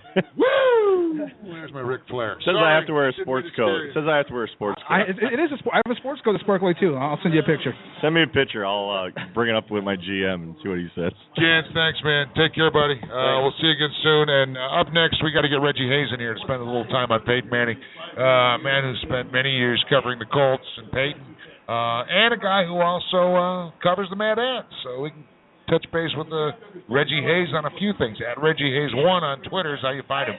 Mo Times, Demo Radio Show. I'm at Billy Elvis. And at BS Sports, The Fan is the show. Wrigley Field Bar and Grill every Monday from 7 to 9. We got 1 chunk of time with you left. We're going to spend it on Peyton Manning and the memories of him with Reggie Hayes next. So stick around. It's the BS Sports Show. It's the BS Sports Show. You need to calm down. I mean, I'm not that excited about this show, and they pay me. Throws one downfield. Reggie's there. Got it at 20, 15, 10, 5. Touchdown. Reggie Wayne catches the touchdown pass. The Colts are world champions.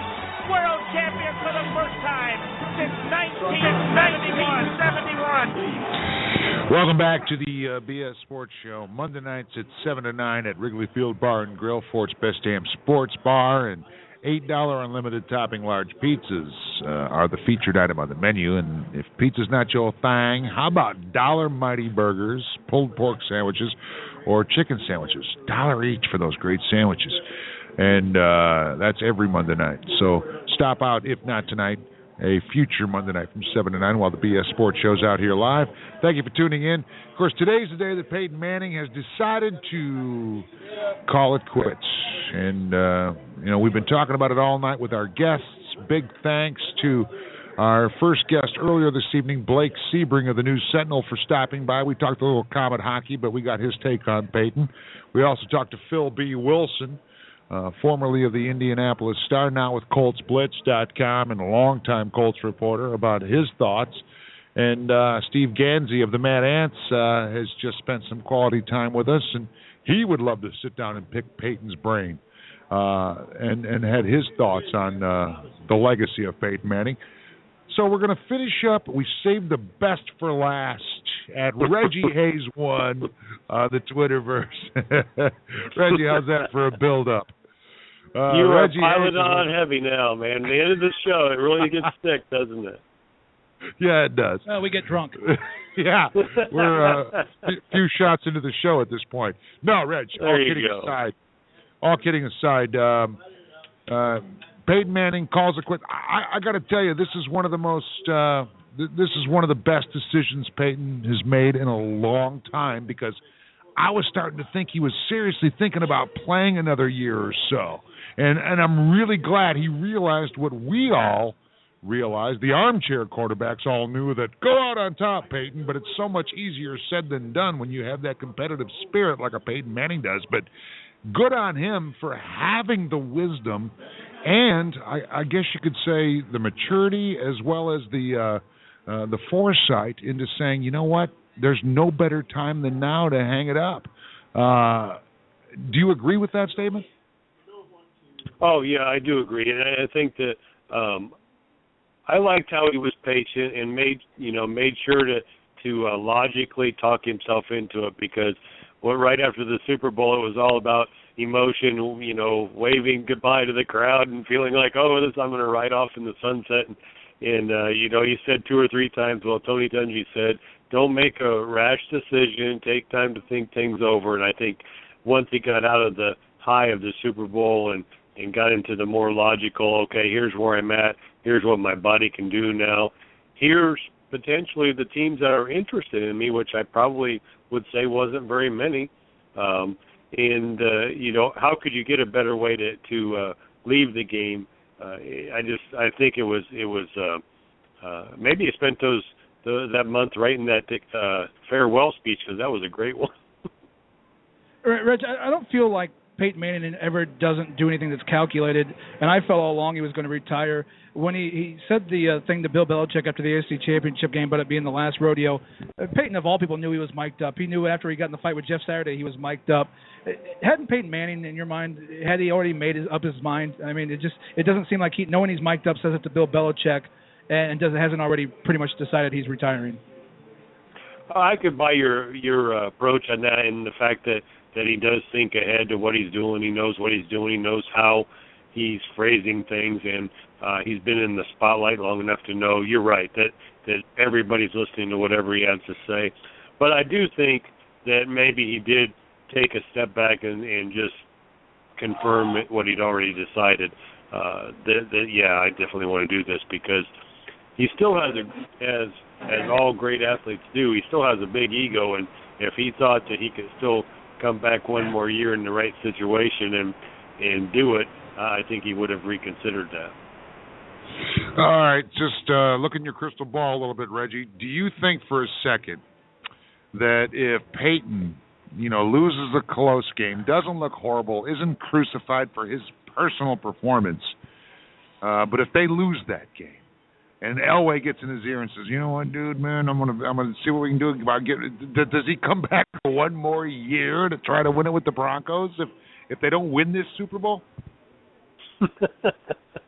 I don't know that Broncos would have brought him back for one more year. I think they wouldn't have. Yeah. I think they would have said, well, we couldn't win with Peyton, and he was going downhill, and we love you. It's time to go on to something else. So I don't think he would have had the option to come back to the Broncos, to be frank. How much different does that second Super Bowl win change Peyton's legacy? The legacy for some had been made up in their minds that, it had held Peyton back because he's been to the Super Bowl 3 times and only won 1. Getting that second ring, how much does that change the way Peyton Manning's remembered by all NFL fans? Well, I think it will change perception from those who kind of look at the surface level of things. And what I'm saying is that when you project 15, 20 years down the road and we start comparing, it's kind of like, people nowadays that go back and look at players that they didn't see play and try to decide how good they were and have only seen video of and that sort of thing. And 1-3 in the Super Bowl does not look very good. 2-2 looks much better. And when you couple it with all of the records that he set and the times that he was great, and the great games that he had, then certainly I think it makes a big difference, even though those of us who sat and watched it realize that second Super Bowl win, he didn't really, it didn't belong to him as much as it belonged to the rest of the team. He was just a cog. But yeah, I think it does change people's perception because 2-2 looks a lot different than 1-3. Well, the reason I ask is because it seems like, regardless of Super Bowl is Super Bowl, but is it gotten to the point where we can't compare quarterbacks anymore from other generations because of the way the rules have been changed and how pass-happy the NFL is? Do Peyton's records mean as much of the guys that he broke, even how much the game's changed since Dan Marino had those records? Is it unfair to compare those quarterbacks to quarterbacks of even the 70s and 80s at this point? Yeah, I do, and I think that applies to all sports. And I think when we look at different kinds of records or performances, and it's kind of like how do you compare, you switch to basketball, and how do you compare LeBron James to Wilt Chamberlain? The different eras of players and the different ways that players did things. And when you look at football, specifically with Manning, he kept playing during an era when things got easier for the offense. The wide receiver numbers, quarterback numbers. 55 touchdowns in a season doesn't happen in 1982 because of the way that the defense could play against receivers and quarterbacks. Yeah. Talking to Reggie Hayes of the News Sentinel. Spent many, many years covering the Colts. That includes the best of the Colts years, which are still the Peyton years. Andrew's doing his best to match them, and he's off to a good start. But when we get back to Peyton and his legacy, we asked Phil B. Wilson this an hour ago, and we'll ask you the same question. And 20 years from now, Reggie, what do you think of first when you think of Peyton's legacy? Is it winning the Super Bowls with two different teams, two different coaches? Is it the all-time passing yards? Is it his actual play and how he conducted himself as a quarterback in the NFL? What stands out? What's the legacy that comes to mind first for Peyton 20 years from now when you think back about these years in this career? To me, I think what will stand out is the way that he changed the way we looked at quarterbacks and how they came to run the offense, and in particular when he ran no huddle, not necessarily to speed up the game, but where he would make changes at the line of scrimmage and changing the plays and doing that sort of thing. And yeah, I think his passing records are going to be remembered. I don't think that people are going to really hone in on the Super Bowl wins, but I think it is unique to be the only quarterback who's won a Super Bowl with two different teams. That I think that is pretty unique, and I don't know how many people will see do that over the course of time. That may end up being extremely unique. You never know. We might not see that very often. If in another 20 years, maybe we see it happen again or whatever. I don't know, but that may be more. I like that you mentioned that. That may be more unique 20 years from now than what we think about it right now in the present. Yeah. Well, and the fact that he went to four Super Bowls with four different head coaches is pretty incredible, too. Reg, Peyton Manning's been involved in some controversy this year. At the press conference today, a young lady asked Peyton about the University of Tennessee allegations. As a journalist, and had this been held in Indianapolis, would this have been a question you would have answered during this type of moment, or was this a mistake and a misstep on her part today?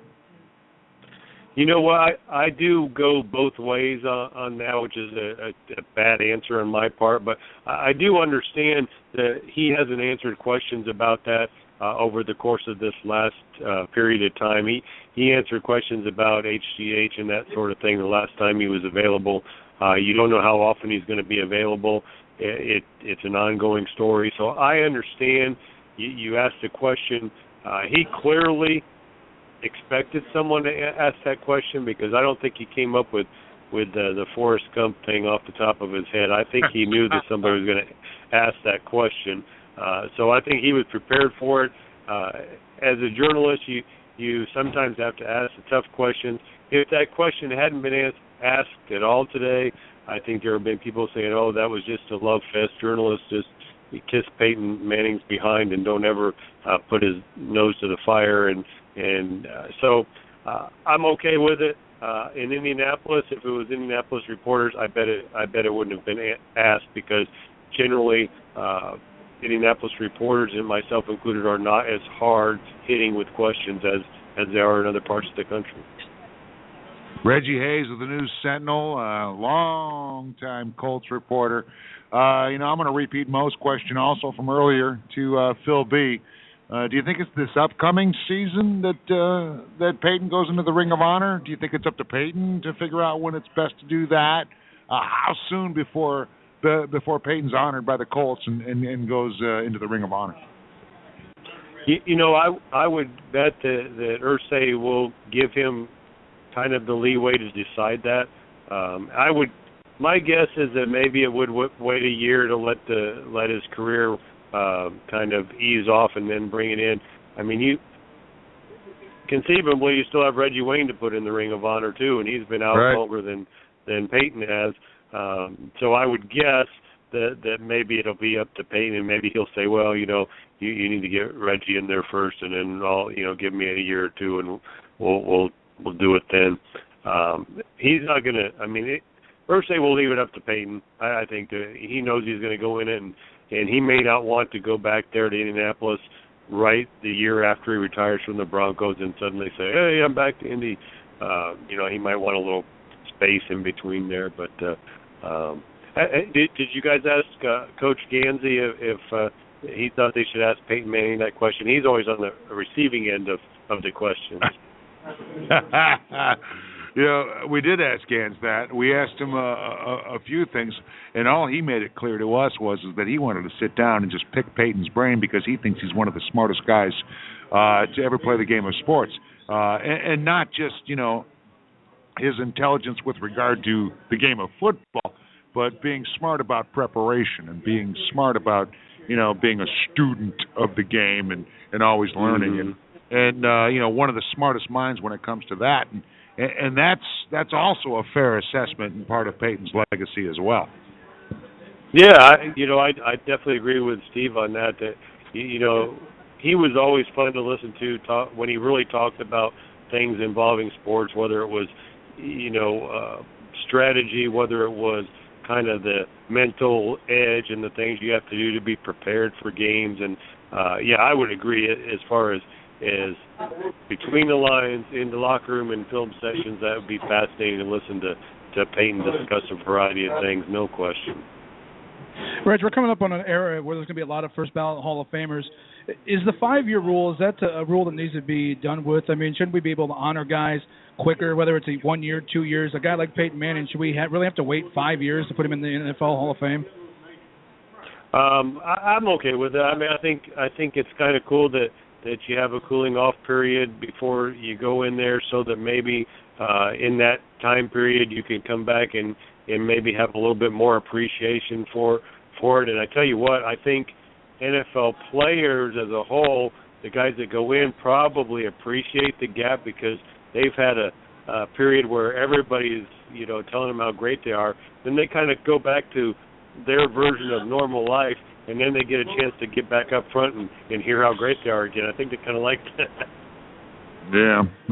Just a bit of bad news to pass your way here, Reggie, before we put the close on the show. We're sitting here watching IPFW. They allowed a bucket with, 4 seconds on the clock to North Dakota State to take the lead and lose by 1. That's a bummer. Wow, what a bummer. They had a nice lead. They had a nice lead earlier, and North Dakota State fought back and got the win. Didn't they, according to Tom Davis's tweet, they led for the whole game except for those 4 seconds? Pretty much, yeah. That's it. Oh, my gosh. Yeah. Heartbreaking. Thought this was the year that IPFW was going to get to the dance. Loved everything about what John Kaufman did, even losing one of his best players to academic issues. Yeah. Still kept. That's crazy because we thought that IUPUI was knocked off. That was going to be a good break for him, and turns out it wasn't. That's tough. Yeah. All right. One more thing, Reggie, before we let you slide. First off, thank you very much for your time. We know you've been a busy man. We've tried to get you out here with us on Mondays at Wrigley, and you've been busy being Reggie Hayes, the coach, throughout the month of February. So maybe we'll get you out here again soon. But where's Peyton on your all-time quarterbacks list or your all-time players list? Where you got him?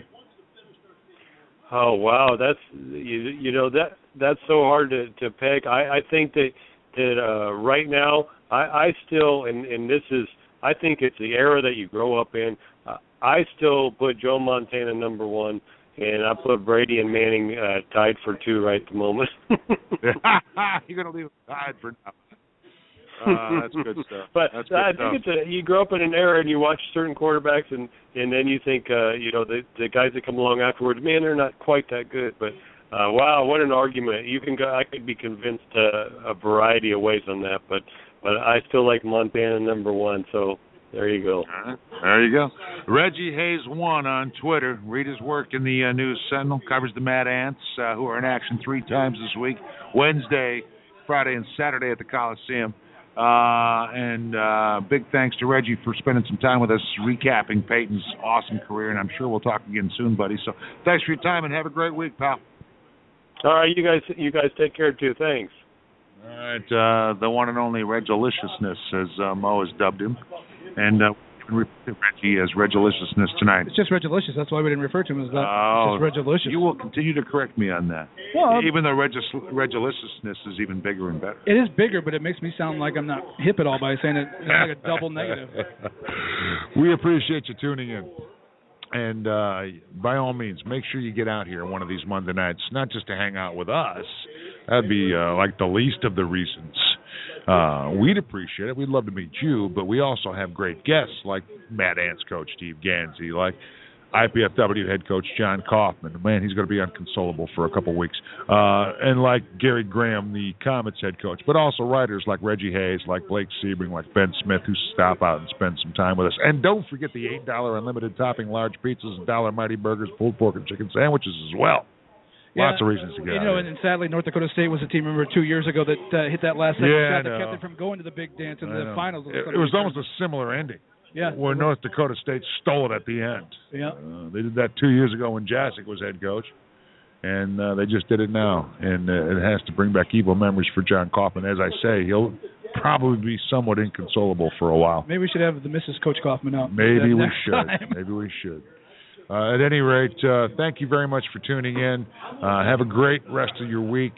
And by all means, follow us on the Twitterverse. Mo Time is at Mo Radio Show. I'm at Billy Elvis at BS Sports The Fan, because we're far more active on Twitter than we even are on the radio, because we're always on the Twitter. So thanks for the follow, and thanks for tuning in.